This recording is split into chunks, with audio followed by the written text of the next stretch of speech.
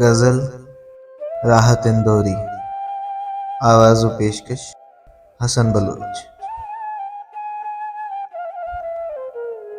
तेरी हर बात मोहब्बत में गवारा करके, तेरी हर बात मोहब्बत में गवारा करके,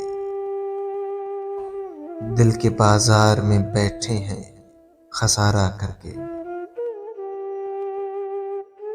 आते जाते हैं कई रंग मेरे चेहरे पर, लोग लेते हैं मजा जिक्र तुम्हारा करके। एक चिंगारी नजर आई थी बस्ती में उसे, वो अलग हट गया आंधी को इशारा करके। आसमानों की तरफ फेंक दिया है मैंने चंद मट्टी के चिरागों को सितारा करके। मैं वो दरिया हूं कि हर बूंद भंवर है जिसकी, तुमने अच्छा ही किया मुझसे किनारा करके।